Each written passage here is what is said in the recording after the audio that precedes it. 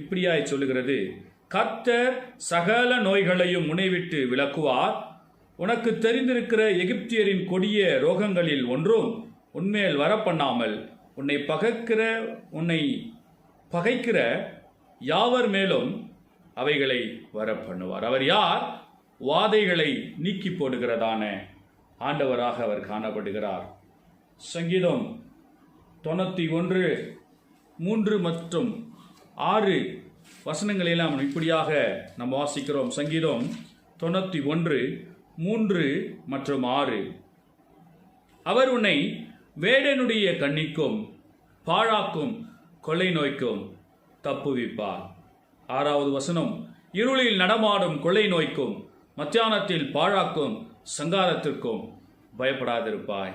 பயப்பட வேண்டாம் என்று ஆண்டவர் நமக்கு அறிவுரை கூறுகிறார். அவருக்கு இதோ யெகோவா ரப்பா என்று ஒரு நாமம் இருக்கிறது. யெகோவா ரப்பா என்றால் அவர் நமக்கு சுகம் கொடுக்கிறதான ஆண்டவர் என்று சொல்லி அர்த்தமா பிரியமானவர்களே.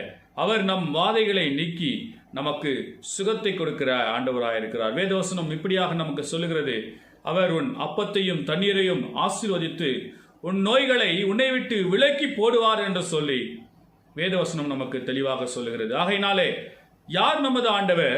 அவர் வாதைகளை நீக்கி போடுகிறதான ஒரு ஆண்டவராக அவர் காணப்படுகிறார்.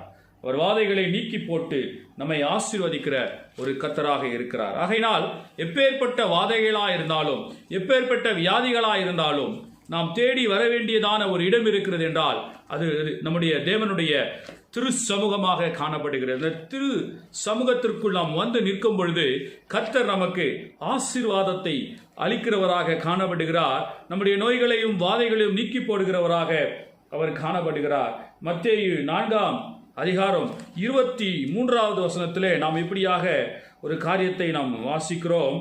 பின்பு இயேசு கலிலேயா எங்கும் சுற்றி நடந்து அவர்களுடைய ஜப ஆலயங்களில் உபதேசித்து ராஜ்யத்தின் சுவிசேஷத்தை பிரசங்கித்து ஜனங்களுக்கு உண்டாயிருந்த சகல வியாதிகளையும் சகல நோய்களையும் நீக்கி சொஸ்தமாக்கினார்.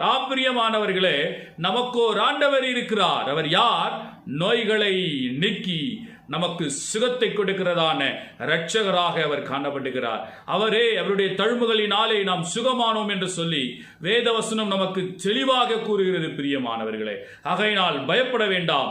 எப்பேற்பட்ட வாதைகளாய் இருந்தாலும் அந்த வாதையில் இருந்து நம்மை சுகப்படுத்துகிற ஒரு ஆண்டவர், வாதையை விலக்குகிறதான கர்த்தர் நம்மோடு கூட இருக்கிறார். இஸ்ரவேலர்கள் நடந்து வருகிறதான சூழ்நிலையிலே அவர்களை இதோ